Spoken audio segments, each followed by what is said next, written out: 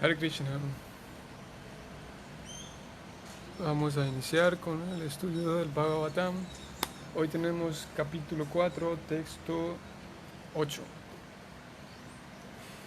Om Namo Bhagavate Vasudevaya.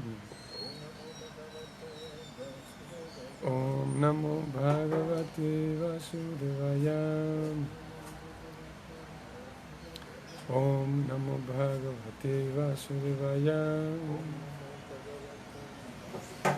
Narayanam Namaskritya Naram Chaiva Narottamam Devim Sarasvatim Vyasam Tato Yayam Udirayet Nasta Prayesu Abhadresu Nityam Bhagavata Sevaya Bhagavati Uttama Shloke Bhaktir Bhavati Naishtikim Srimbatam Svakata Krishna Punya Shravana Kirtana Hridiyantasto Yavadrani Vidunoti Sukripsatam Krishna Swadhamo Pagate Dharmanyana Divisa Kalaunastadrisamesa Puranarko Tunodita.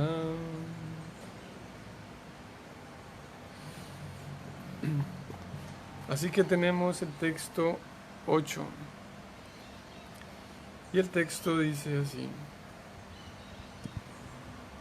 Sago dohana matram hi griheshu grihamedinam avexate mahabhagas tirti kurbam stadarshramam. Sago dohana matram hi griheshu grihamedinam avexate mahabhagas Tirti Kurbam Stadashramam. Traducción del verso y significado dados ambos por Srila Prabhupada. Traducción. Él, Sukadeva Goswami, él estaba acostumbrado a permanecer en la puerta de casa de una persona casada solo lo suficiente para que una vaca fuese ordeñada, y esto lo hacía únicamente para santificar la residencia. Lo leo nuevamente. Sukadeva Goswami, se sigue hablando de Sukadeva Goswami como ayer, él estaba acostumbrado a permanecer en la puerta de casa de una persona casada lo suficiente para que una vaca fuese ordeñada, y esto lo hacía únicamente para santificar la residencia. Significado. Sukadeva Goswami se reunió con el emperador Parikshit y le explicó el texto del Srimad Bhagavatam. Él no estaba acostumbrado a permanecer en la residencia de ninguna persona casada por más de media hora, o sea, a la hora del ordeño de la vaca, y apenas para recibir la limosna del afortunado dueño de casa. Esto lo hacía para santificar la residencia con su presencia auspiciosa. Por consiguiente, Sukadeva Goswami es un predicador ideal que está fijo en la posición trascendental. Aquellos que se encuentran en la orden de vida de renuncia y que están dedicados a la misión de predicar el mensaje de Dios, deben aprender de las actividades de Srila Sukadeva Goswami, que ellos no tienen nada que ver con las personas casadas, con la excepción de iluminarlos en lo referente al conocimiento trascendental. La actividad de pedirle limosna a una persona casada debe tener el propósito de santificar la casa, su casa. Aquel que se encuentra en la orden de vida de renuncia no debe dejarse seducir por el encanto de las posesiones mundanas de los casados y en consecuencia quedar subordinado a los hombres mundanos. Para aquel que está en la orden de vida de renuncia, Esto es mucho más peligroso que ingerir veneno y así suicidarse. Fin del significado. Un texto interesante, muy curioso. Om Agyanati Mirandasya Jananyana Shalakaya Chaksurun Militan Yena Tasmai Shri Gurave Namaha. Shri Chaitanya Manovistam Stapitam Yena Bhutale Swayam Rupa Kadamahyam Dadati Swapadantikam. He Krishna Karuna Sindhu Dinavando Jagat Pate Gopesha Gopika Kanta Radha Kanta Namostute.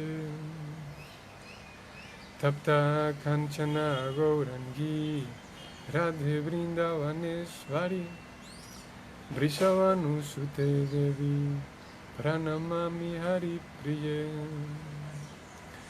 Vanchakalpa tarubhyascha kripa sindhuvya evacha patitanam pavanebhyo vaishnavebhyo namo namah. Namo Om Vishnupadaya Krishna Prestaya Bhutale Srimate Bhaktivedanta Swami Niti Namine. Namaste Sarasvati Devi Gauravani Pracharine Nirvishesha Sunyavadi Paschatya Deshatarine. Jaya Shri Krishna Chaitanya Prabhu Nityananda Shri Advaita Gadadhar Shri Vasadi Gaura Bhakta Vrindam. Hare Krishna Krishna Krishna Hare Hare Hare Rama Rama Rama Hare Hare.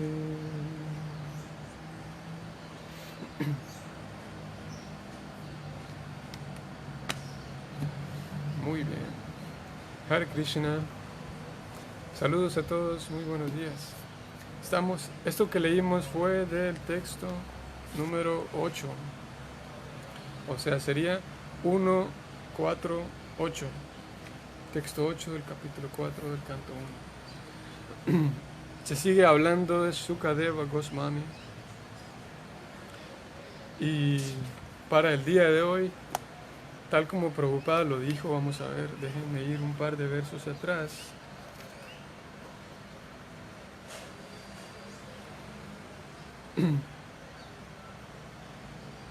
Ustedes van a ver que esto que Prabhupada dijo hace unos días atrás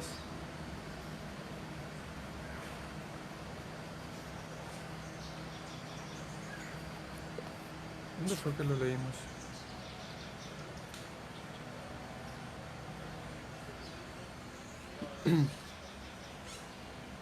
Bueno, yo voy leyendo cosas y luego me olvido dónde está. Pero ustedes recuerdan que leímos hace unos días que Prabhupada decía que el texto del Bhagavatam debe leerse con paciencia y de manera detenida. Tal vez fue antes. Sí, aquí está.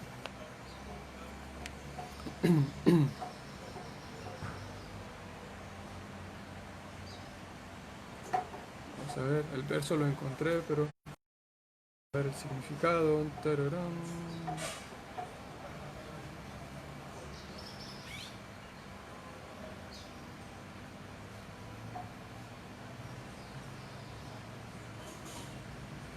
Bueno, encontré el texto, pero ahora no. Quería leerlo textualmente.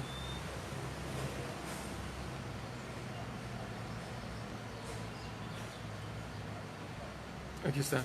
Con suma atención, dice Prabhupada, esto fue al final del capítulo 3 que leímos unos días atrás. Estoy en el significado.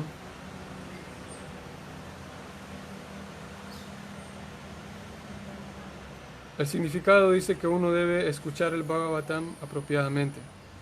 El solo oírlo no lo es todo. Uno debe comprender el texto con la debida atención. Ese es el verdadero proceso para recibir el Bhagavatam. Con suma atención uno debe oír apropiadamente y entonces podrá entender y apreciar la presencia de Krishna en cada página. Así que con suma atención, dice Prabhupada. Y hay otro verso más atrás, que ese no lo vamos a buscar, en donde Prabhupada dice que uno debe proceder con paciencia, escuchar con atención y con paciencia. Y este verso de hoy, tal como otros, requiere que nos detengamos un momento, porque a simple vista puede ser que nosotros saquemos conclusiones que no nos ayudarían, ¿no? Porque a simple vista, o conclusiones problemáticas. A simple vista, Prabhupada está diciendo que los renunciantes no deben tener mucha compañía de los casados, ¿no? Y se da el ejemplo de Sukadeva Goswami, que el sistema anterior, supongo que en algunos lugares en India aún ocurre, ¿no? Pero el sistema era que los renunciantes seguían llevaban a cabo el proceso o el sistema de Madhukari. Madhukari es que ellos viajaban o a la hora de que tenían hambre tal vez, iban a la casa de alguna persona y tocaban la puerta. En este caso se menciona a Sukadeva Goswami yendo al momento en el que estaban ordeñando las vacas de esa casa en particular, con la idea de pedir un vaso de leche. Y por esa razón iba a esa hora, en ese momento, para que mientras estaban ordeñando la vaca, él se quedaba allí un rato y conversaba un poco y hablaba con Sukadeva Goswami, estamos hablando de él. Hablaba con la persona casada para iluminarla. Prabhupada dice en el significado que el deber de ellos era iluminar a la persona casada. La actividad de pedir limosna, en este caso es la leche, porque ellos no tenían un ingreso fijo, así que se dedicaban, el madhukari es eso, pedir alimentos. Y la actividad de pedirle limosna a la persona casada debía tener propósito santificar su casa. Y los renunciantes no tenían nada que ver con las personas casadas, a excepción de iluminarlos. Así que Sukadeva Goswami se quedaba ahí con la persona y le hablaba, como ya dijimos unos versos atrás, que lo beneficioso de los sadhus era lo que ellos tenían por decir, ¿no? Entonces Sukadeva Goswami hablaba con los casados de tal manera que pudiera iluminarlos, les hablaba algo de Krishna, les transmitía el mensaje trascendental, ¿no? Esa era la actividad. Y Prabhupada dice algo, o sea, hasta ahí estamos bien, hasta ahí va claro el asunto, pienso yo. Estos renunciantes no tenían ni siquiera un lugar fijo en donde dormir cada noche, y a veces al mismo lugar donde ellos estaban, donde ellos se encontraban, alguien venía y les traía algo de comer, ¿no? Y en algunas otras ocasiones ellos iban directamente a la casa de alguien para iluminarlos un poco, para recordarles lo valioso del cultivo espiritual, ¿no? Como digo, hasta ahí puede ser que estamos claros. Prabhupada menciona algo y esta afirmación de Prabhupada hace falta leerla con una lupa, si no nos puede traer problemas. Y la afirmación que él dice es la siguiente.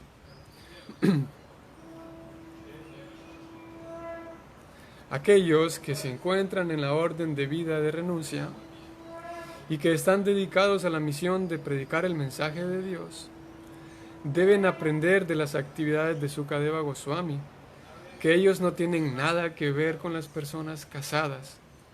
Prabhupada está diciendo, aquellos que se dedican a predicar el mensaje de Dios, que son renunciantes, deben aprender esto, dice Prabhupada. ¿Y qué es lo que deben aprender? Que ellos no tienen nada que ver con las personas casadas, con la excepción de iluminarlos en referente al conocimiento espiritual.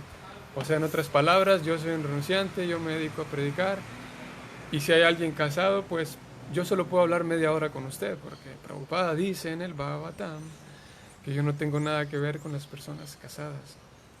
Y lo dice textualmente, ¿no? Mi único deber es iluminar a las personas casadas en lo referente al camino espiritual. Y si un día alguien me invita a su casa, yo no puedo quedarme ahí más de media hora porque Prabhupada es el Bhagavatam, ¿no? Y ahí dice que si yo me quedo más de media hora, Prabhupada termina el significado diciendo: aquel que se encuentra en la orden de vida de renuncia no debe dejarse seducir por el encanto de las posesiones mundanas de los casados para agregarle más a nuestro reto de hoy, que es estudiar esta afirmación. Aquel que se encuentra en la orden de vida de renuncia no debe dejarse seducir por el encanto de las posesiones mundanas de los casados y quedar subordinado a los hombres mundanos. Entonces yo podría concluir, o alguien más podría concluir, que bueno, yo, voy a ir a su casa, voy a ir a tu casa, pero no puedo quedarme más de media hora porque Prabhupada dice en el Bhagavatam, como la escritura lo dice, de que no debo dejarme seducir por los encantos de la vida mundana, porque ustedes son casados, y eso lo dice el Bhagavatam. Generalmente ponemos el día anterior el texto, o sea, el que estamos leyendo hoy, lo compartimos. Y para apoyarnos y solucionar esto, podríamos ir al palabra por palabra, al sánscrito. Y en el sánscrito se dice que Sa Gohana Matram Hi. Go Dohana Matram. Matram sería un momento del tiempo. Godohana es para el go, las vacas, para ordeñar las vacas. Grihesu Griha Medinam. Griha Medinam. Creo que algunos de ustedes sabrán a qué se refiere la palabra Griha Medi. Y para los que no conozcan el término, vamos a decirlo. Prabhupada nos enseñó que existe el concepto de Griha Medi y el Grihasta. Griha, vamos a leerlo palabra por palabra porque si no me puedo meter en problemas. Griha. Grihesu se refiere a la casa. Griha Medinam, yo sé que ustedes, no sé si alguien tiene el libro en su casa, pero Prabhupada cuando traduce palabra por palabra, Griha Medinam se refiere, y Prabhupada lo traduce como las personas casadas, simplemente. Griha Medinam, Prabhupada traduce personas casadas. O sea que en este texto, Prabhupada está refiriéndose no a una persona casada ordinaria, sino a una persona que vive como un Griha Medi. Y Grihasta y Griha Medi. Grihasta es aquella persona que vive en una vida de casado, lleva una vida familiar, pero cultiva su vida devocional. Eso es un Grihasta. Lo sabemos, ¿no? Algunos de ustedes lo saben. Y para algunos que no conozcan el término, lo hablamos. Grihasta es aquella persona, o aquellas personas que llevan una vida de familia, pero que cultivan su vida devocional y que tienen un progreso devocional. Griha Medi, como tantas veces Prabhupada lo ha explicado, Griha Medi es aquella persona o aquellas personas que tienen una vida familiar, pero que sus ojos no van más allá de la vida familiar. Solamente se dedican a trabajar, ganar dinero, gastar y comprar cosas para la familia, y no trasciende eso. Sus actividades, su dinero, porque en general la vida familiar involucra precisamente ganar dinero para mantener a la familia. Más en esta sociedad capitalista, así es como funciona la sociedad hoy. Aunque también en las sociedades no capitalistas también funciona eso, que hay que ganar dinero para la familia. Pero un Griha Medi, como Prabhupada lo ha dicho tantas veces, es una persona cuyas actividades no trascienden y no cultiva actividades devocionales. Eso es conocido como un Griha Medi. Mientras que un Grihasta está ocupado en las mismas actividades de trabajar y ganar dinero y comprar, pero su conciencia está un poco más allá. Su conciencia está ubicada en cultivar su devoción, ¿no? Y es así que en este texto en particular, palabra por palabra, el texto mismo dice Grihesu Griha Medinam en la segunda línea, y Prabhupada lo traduce en palabra por palabra, Griha Medinam como personas casadas. No agrega, en este caso, él no agrega más explicación de quién es un Griha Medinam, pero nos lo ha dicho muchas otras veces. Por lo tanto, en este significado, Prabhupada no se refiere a que yo como un renunciante voy a evitar la compañía de los devotos Vaishnavas, quienes tienen una vida de casado. Porque no se está refiriendo a los casados Vaishnavas, no se está refiriendo a un casado que cultiva su vida espiritual. Prabhupada se refiere en este texto a alguien que lleva una vida familiar materialista, básicamente. Una vida familiar cuyos ojos están ciegos hacia el cultivo espiritual. Allí se aplica, por supuesto que allí se aplica, o en ese sentido aplica, lo que Prabhupada está diciendo. Porque ¿qué pasa? Voy a compartirles una carta, decirle a Prabhupada. Creo que son dos. Una nada más. Una carta escrita por Srila Prabhupada en 1968. Esto es al inicio, más o menos al inicio del movimiento, al inicio de ISKCON. Prabhupada le escribe una carta a uno de sus discípulos diciendo lo siguiente: estoy tan complacido contigo de que tú estés mostrando un buen ejemplo como un hombre de familia. Bhaktivinoda Thakur también fue un hombre de familia, pero él vivió de una manera perfecta en su conciencia de Krishna, de tal forma que él es mejor que muchos de nosotros sannyasis. Prabhupada dice: soy un renunciante, pero Bhaktivinoda Thakur era mucho mejor que yo. Así que en lo que a mí respecta, yo no puedo vivir como Bhaktivinoda Thakur, dice Prabhupada, porque llegó un momento en el que me incomodé con los miembros de mi familia, así que estuve obligado a abandonar mi vida familiar. Nosotros sabemos que si nos dedicamos nuestra vida al servicio de Krishna, en 3 formas, nuestro éxito está seguro. Esas 3 formas son servirlo con el cuerpo, con la mente y con las palabras. Srila Bhaktivinoda Thakur cantó o escribió una poesía, un poema, en donde decía: Krishna, mi mente, mi cuerpo, mis palabras las entrego a ti. Y aquí viene lo que buscamos.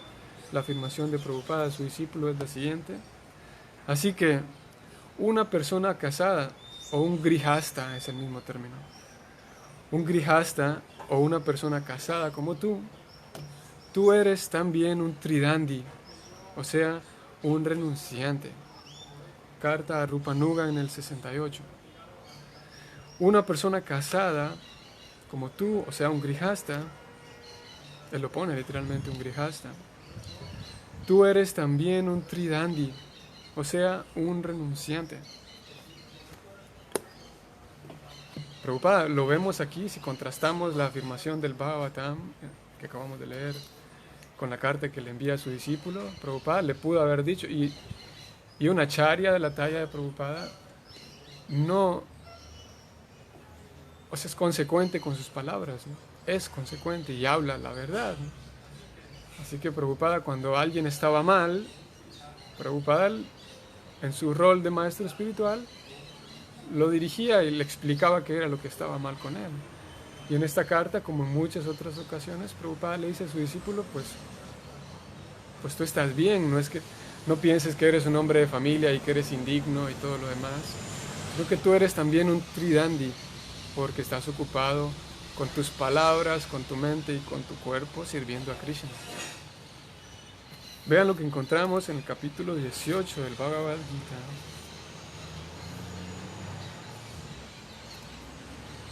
Capítulo 18, texto 8 del Bhagavad Gita. 18.8 significado: aquella persona que está en el plano de conciencia de Krishna no debe dejar de ganar dinero por temor a estar realizando actividades fructivas, señoras y señores. Lo leo de vuelta.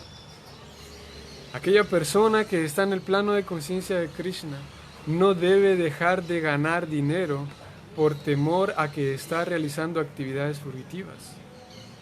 Si mediante el trabajo uno puede ocupar su dinero en el proceso de conciencia de Krishna, no hay que abandonar esas cosas por temor o porque esas actividades se consideren dificultosas. El renunciar a ello o sea, el renunciar al ganar dinero, el renunciar a ello está en el plano de la modalidad de la pasión. El resultado del trabajo apasionado siempre es desolador. Si una persona renuncia al trabajo con ese espíritu, nunca obtiene el resultado de la renunciación. 18.8 significado. Prabhupada dice, uno podría decir, ¿no? Es que ganar dinero es una actividad materialista, mundana, mejor me dedico a la conciencia de Krishna 100%. Eso es aplicable para ciertas personas. Y aquí citamos nuevamente a Bhaktivinoda Thakur, este texto llamado Upadesha Amrita. Algunos de ustedes lo conocen, un texto importante en nuestro cultivo devocional, nuestro Bhakti Yoga, enseñado por Prabhupada. Upadesha Amrita. Y Bhaktivinoda Thakur escribe sobre el Upadesha Amrita, escribe un comentario. Y en ese texto, que la próxima semana que viene, por recomendación de un devoto, de una devota en realidad, por recomendación de una Vaishnavi, la próxima semana, vamos a leer y estudiar esos dos textos, en donde se recomienda, en este Upadesha Amrita, se da una lista de 6 actividades que fomentan el Bhakti y 6 actividades que destruyen el Bhakti. Lo veremos la otra semana. Pero lo que quiero decir es que Bhaktivinoda Thakur escribe un ensayo sobre estos textos, y él dice, a cada momento aclara, y él dice, por ejemplo, hablando del acumular más de lo necesario, que es una de las actividades que entorpece el servicio devocional, Bhaktivinoda Thakur a cada momento dice, recordemos que estas recomendaciones no son iguales para todos. Están los casados, los grihastas, que llevan un cultivo espiritual desde la vida familiar, y están los renunciantes, dice Bhaktivinoda Thakur. Por lo tanto, el atyahara, o el acumular más de lo necesario, que entorpece el servicio devocional, no es igual para un renunciante que para un grihasta. Porque un grihasta, o una persona casada, que desde la vida familiar cultiva su devoción, Prabhupada dice aquí, lo leo de vuelta, estamos viniendo de Bhaktivinoda Thakur, afirmando que grihastas y renunciantes tienen diferentes medidas, diferentes formas de aplicar la conciencia de Krishna. Si bien es cierto, para un renunciante no sería tan favorable el ganar dinero para su vida devocional, porque él es un renunciante. Pero un grihasta, leyéndolo de Prabhupada 18.8, uno no debería dejar de ganar dinero por temor a estar realizando actividades productivas. Y a mí me parece fantástico, porque he conocido, y bueno, mi recorrido en la conciencia de Krishna no es de años y décadas y que tengo una experiencia, mi recorrido no es así, pero sí he encontrado, al menos en el tiempo que llevo acá, sí he encontrado suficientes devotos quienes viven en su casa y que de alguna u otra manera, en algunas ocasiones, expresan que se sienten culpables. Recuerdan que ayer hablábamos de la culpa, en la tarde de ayer. Y algunos de ellos expresan que se sienten culpables y se sienten culpables consigo mismos porque tengo que ganar dinero y tengo una vida de familia y eso es despreciable.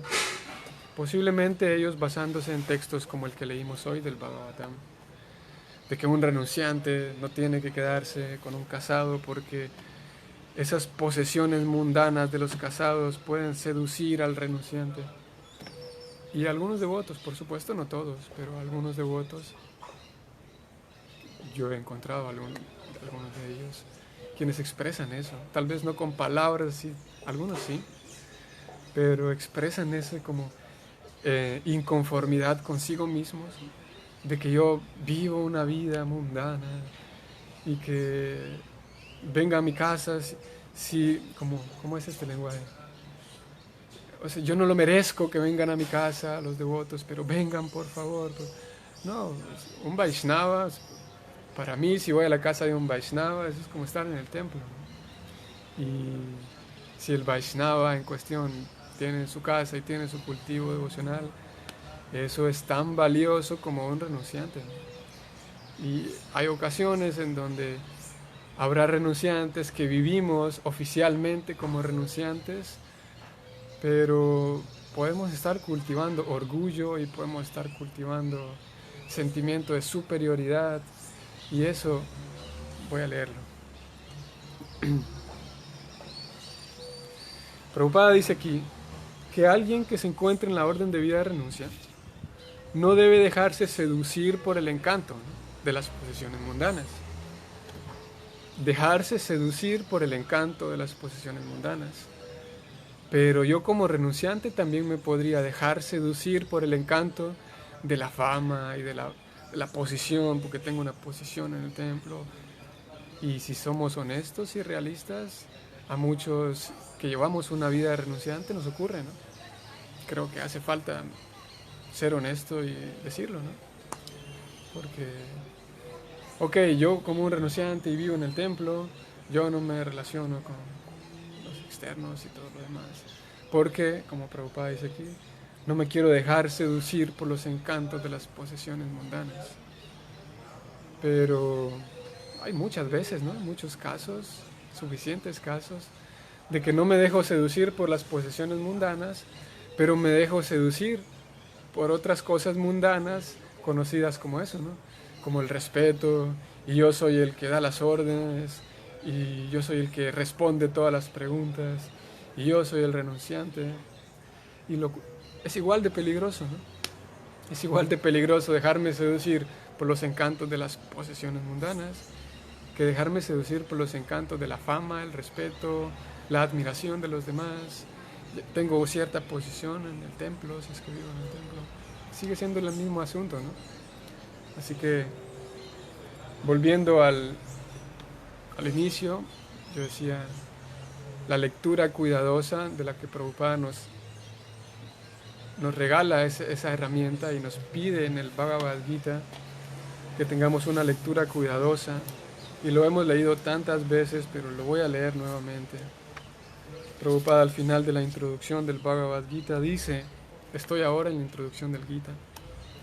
En consecuencia, la Bhagavad Gita es una obra literaria trascendental que uno debe leer muy cuidadosamente. No solamente, Prabhupada dice, la obra del Bhagavad Gita uno debe leerla y devorarla y exprimir su contenido. Prabhupada dice, leer muy cuidadosamente, y lo mismo aplica para el Bhagavatam. Porque si no leo con cuidado, pueden ocurrir dos cosas. O yo mismo ser un renunciante o vivir como renunciante, basarme en estos textos y decir, sí, los casados me pueden seducir con sus posesiones mundanas y todo lo demás. Y Prabhupada dice en este texto, como ya lo leí, que aquellos que predican el mensaje de Dios deben aprender de Sukadeva Goswami que siempre que comparto con un casado debo iluminarlo, yo soy el que debo iluminarlo. Puede ser que yo concluya eso si no leo con cuidado. Prabhupada dijo en el palabra por palabra que aquí se está refiriendo a los grihamedis, a los casados que no ven más allá de su vida material.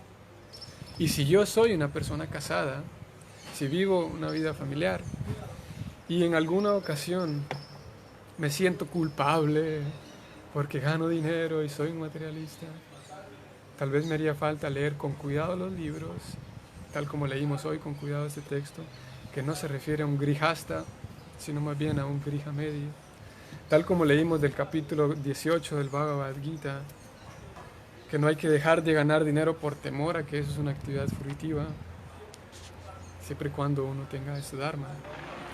Y si leemos cuidadosamente, estamos protegidos. Tanto si soy un casado, estoy tranquilo y sé que Prabhupada no se refiere en este texto a cualquier persona casada, sino a los que tienen una visión nada más materialista. Y si recibo de un renunciante un maltrato, así como un cierto tipo de, no sé si decir maltrato, como violencia, pero sí, como si percibo hacia mí, de parte de un renunciante, si percibo como esa intención de que tú eres de menos porque tienes tu trabajo. Y si percibo eso, yo podré estar más tranquilo, de que Prabhupada no es eso, ¿no? Tal vez esa forma de actuar de algunos renunciantes. Digo renunciantes, pero también incluye, por ejemplo, puede haber personas o devotos que no son renunciantes, viven en su casa, pero tienen un cargo en el templo, por ejemplo, ¿no? Y supongamos, Ratha Yatra, nosotros en Panamá vemos y participamos de la actividad de Ratha Yatra. Y para Ratha Yatra se esperan muchas cosas, ¿no? O sea, hay mucho servicio por hacer. Y puede ser que, bueno, yo vivo en el templo, ¿no? Y puede haber una persona que vive en su casa, pero que en los días de Ratha Yatra pone mucho servicio, ¿no? Y hay devotos que ponen mucho servicio en los días de Ratha Yatra, que viven en su casa. Si yo vivo en mi casa y hay un festival en mi templo y todo lo demás, pero por alguna u otra razón no puedo, ¿no? No puedo porque tengo trabajo ese día, porque sí, tengo un trabajo de más, qué sé yo. Es posible que yo me sienta también así como culpable. Y recuerden que ayer hablábamos del látigo, de darse látigos, porque les digo, sí, tengo este trabajo mundano que no me permite participar o ayudar en el Ratha Yatra. Y puede ser que alguien que sí está ayudando me eche en cara eso, ¿no? De que tú, ¿por qué? ¿Por qué ¿por qué no abandonas tus responsabilidades? También puede darse el caso, ¿no? De que quienes están un poco más entregados que yo me pueden hacer sentir mal porque yo no me entrego tanto como ellos externamente. Ayer hablamos de esto. Así que no solamente de parte de los renunciantes, sino hay muchos momentos. Y yo mismo también puedo estar atento a que si yo externamente estoy más entregado que otro y le puedo exigir a otro que, qué bárbaro, nada te cuesta hacer esto, nada te cuesta hacer esto, mira cómo lo estoy haciendo yo y tú por qué no puedes. Si llevamos una lectura cuidadosa de Prabhupada, nos enteramos que todos tenemos una medida distinta, todos tenemos unas circunstancias distintas y dar lo mejor que podamos con la mejor conciencia, que ayer hablamos de todo esto. Eso es lo que Krishna busca, ¿no? Y podemos cuidarnos, en fin de cuentas es para cuidarnos de que cuando yo manifieste este comportamiento hacia otros, que de alguna manera es un comportamiento violento, si yo manifiesto este comportamiento a otros, irme cuidando para que cada vez sea menos. Este significado ya lo hemos leído, pero hace falta mencionarlo de vuelta. 18.11 del Gita. En el Gita se dice que uno no puede dejar de trabajar en ningún momento. Nadie puede quedarse quieto por ningún momento. Por lo tanto, aquel que trabaja para Krishna y no disfruta de los resultados fruitivos, aquel que le ofrece a Krishna sus resultados, en realidad es un renunciante. Hay muchos miembros de la Asociación Internacional para la Conciencia de Krishna que trabajan mucho en su oficina, en la fábrica o en algún otro lugar, y que todo lo que ganan se lo dan a la sociedad de ISKCON. Esas almas sumamente elevadas son de hecho sannyasis y están situadas en la orden de vida de renuncia. Aquí se señala claramente cómo renunciar a los frutos del trabajo y con qué propósito se debe hacer. Lo hemos mencionado en otras ocasiones. Nosotros hoy en día estamos hablando de esto desde el templo de ISKCON Panamá. Y lo cierto es que el templo de ISKCON Panamá existe por la presencia de devotos que viven en su casa. Hay un grupo de devotos que vive aquí en el templo, pero el servicio que nosotros hacemos aquí en el templo, con mucha facilidad, no sé si con mucha, pero con facilidad, otro devoto yo me voy y otro devoto puede venir y cubrir mi servicio que estoy haciendo. De alguna manera es fácil. Y todos los servicios en el templo. Pero, al menos aquí en Panamá, el servicio que hacen algunos devotos que viven en su casa no es tan fácil como decirle, ok, Prabhu, madre, ustedes se van, pero va a venir alguien más. No, señor. En realidad, ISKCON Panamá existe por la presencia de algunos devotos que viven en su casa. Y en ocasiones se aplaude más fuerte a quienes viven como renunciantes en el templo, o vivimos como renunciantes en el templo. Pero lo cierto es que, y no solamente ahora por cuarentena se ha quedado más de manifiesto, pero en épocas normales, entre comillas, el templo existe por devotos que viven en su casa, porque tienen una atención y una preocupación por las cosas del templo y que el templo funcione y ande bien. Y es así, simplemente, son Vaishnavas, como dijo Prabhupada aquí. Esas almas sumamente elevadas son de hecho sannyasis y están situadas en la orden de vida de renuncia. Y más arriba dijo, miembros de la Asociación Internacional para la Conciencia de Krishna, que trabajan con mucho, trabajan en su oficina o en la fábrica o en algún otro lugar, y lo que ganan se lo dan a la sociedad. Y alguien podría decir, no, pero no se lo dan todo a la sociedad. No es que, sí, trabajan en su oficina, pero no se lo dan todo, ¿no? Uno podría decir que no, esa definición no cabe para los devotos, porque Prabhupada dijo aquí que todo lo que ganan se lo dan a la sociedad. Pero lo cierto es que, ok, podríamos decir no se lo dan todo, pero al menos en nuestro caso aquí, al menos en nuestro caso y supongo que en muchos otros lugares, la función del templo, las actividades del templo andan y marchan bien por un trabajo en conjunto entre devotos que viven en su casa y devotos que viven en el templo.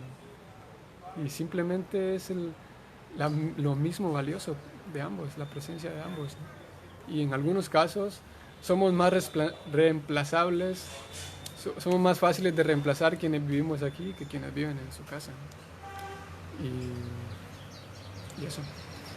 Y pasa seguramente en otros lugares, ¿no? Y con esa lectura cuidadosa podemos hacer todo este análisis de cómo Prabhupada en el verso de hoy no se refiere a cualquier persona que vive en casa, sino al contrario, ir a la casa de alguien que tiene un cultivo espiritual, eso es como estar en mi casa, ¿no? Como estar en el templo. Y no es despreciable, no es que yo por ir a la casa de un Vaishnava, un devoto que es un Vaishnava, pero voy a su casa, me voy a contaminar, Por supuesto hay una, podemos decirlo como una etiqueta, se dice a veces, que hay, dicho todo lo que dije hasta aquí, podríamos concluir de que los sannyasis o los swamis y los renunciantes en general están como en el mismo nivel, porque lo que quiero decir es que hay ciertos contratos sociales, ciertas formas de proceder a nivel social. O sea, el sannyasi, que es un renunciante, idealmente, el sannyasi es un renunciante maduro, que tiene madurez. Y cuando la persona que vive en casa, el devoto que vive en casa, recibe al renunciante, lo recibe con mucho agrado, con toda ¿cómo puedo decirlo? Con toda la formalidad, porque en un sentido se sigue aplicando esa norma de que un renunciante que visita tu casa es una fortuna, porque en fin de cuentas es alguien que ha dedicado su vida entera al servicio del Señor, y eso es válido. O sea, después de haber dicho esto, sí es válido el hecho de, si vivo en mi casa y recibo la visita de los sannyasis o de los swamis, estoy hablando de ellos que son renunciantes maduros, no quiere decir que voy a quitar, cada vez que él venga lo voy a tratar como cualquier cosa, sino sigo cumpliendo con mi recibimiento, el mejor recibimiento que pueda dar hacia él o hacia ellos. Por supuesto que eso debe estar, ¿no? Pero no considerándome que soy menos, no considerándome que yo no sirvo, basado en estos significados que dijo Prabhupada. Y lo mismo podemos hacer y vamos a hacer en su momento cuando toque. Podríamos concluir que las mujeres, ¿recuerdan cuando hablábamos de las mujeres son menos y todo lo demás? Así que esa lectura cuidadosa nos fue servir. Yo creo que voy a parar ahí para leer algunos comentarios de los devotos. Madre Carla Kelly, saludos. Qué gusto verla por aquí otra vez. Saludos, dice ella, gracias Prabhu por aclarar conceptos fundamentales para mejorar las relaciones entre devotos. Sí, lo que hacemos, lo que tratamos de hacer, madre, en la medida en la que nuestras posibilidades nos lo permitan, es indagar acerca de este tema, meternos, porque seguramente no lo hago con el espíritu de aclarar de una vez por todas el concepto, porque sí, nada más nos metemos ahí, indagamos lo que podamos rescatar y reflexionamos sobre el tema, y posiblemente y sin duda más adelante el tema se nos va aclarando más y más, pero esa es nuestra idea, una pequeña ofrenda a nuestros maestros espirituales, a Prabhupada y a ustedes también, de hacernos pensar y reflexionar en esto, de tal manera, como usted dice, que